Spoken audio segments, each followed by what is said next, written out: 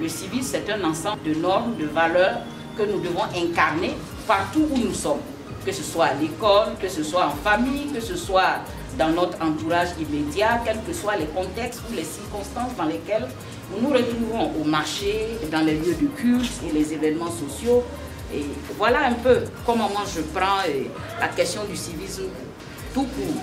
Dans cette demi-journée, on va aussi parler de lien entre citoyenneté et cohésion sociale et paix. Est-ce qu'entre entrepreneurs, tu peux contribuer à rendre ta cité plus citoyenne, à rendre tes employés plus citoyens, à rendre ton environnement plus citoyen et par conséquent créer un climat de cohésion sociale et de paix? L'entrepreneur doit respecter ce que l'on appelle la fiscalité, le civisme déjà fiscal. On se rend compte que l'État ne fait pas du commerce, principalement. La première source de revenus de l'État, c'est les impôts, ou ce sont plutôt les impôts. Entreprendre nécessite de respecter les prescriptions fiscales en la matière. Aujourd'hui, nous sommes dans une question de lutte contre l'insécurité. Et on dit qu'il y a une rarification des moyens. Qui donne ces moyens? Ce sont des entreprises citoyennes qui paieront les impôts pour que l'État ait les moyens pour pouvoir faire face à cette situation. L'autre volet que je voulais revenir, c'est le manque de sanctions au niveau des firmes multinationales qui font ce qu'ils veulent. Certains même ne payent pas des impôts. Mais en réalité, c'est une question de gouvernance due aux dirigeants, ceux qui sont aux affaires. Mais je dirais que ce n'est pas leur problème parce que c'est l'affaire de nous tous.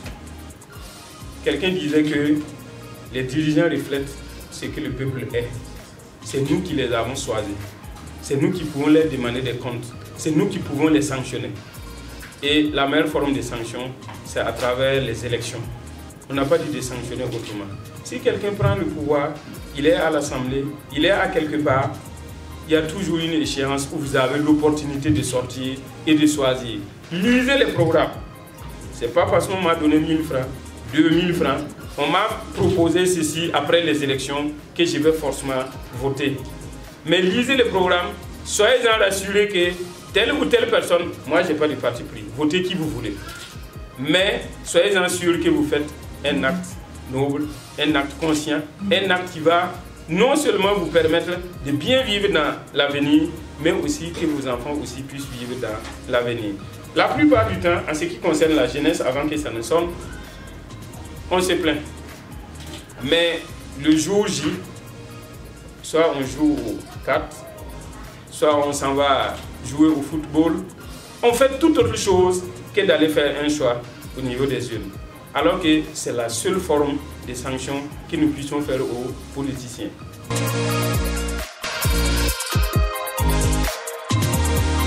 Vraiment, nous sommes très heureux de ce panel ce matin, à entendre les communicatrices et les communicateurs. Vraiment, ça nous va droit au cœur, surtout pour notre pays, surtout pour le Burkina Faso, la jeunesse qui souvent s'en prennent à eux-mêmes et croient que en faisant du mal à l'autre, on pourra avancer, ou ils croient qu'ils ne peuvent pas devenir entrepreneurs.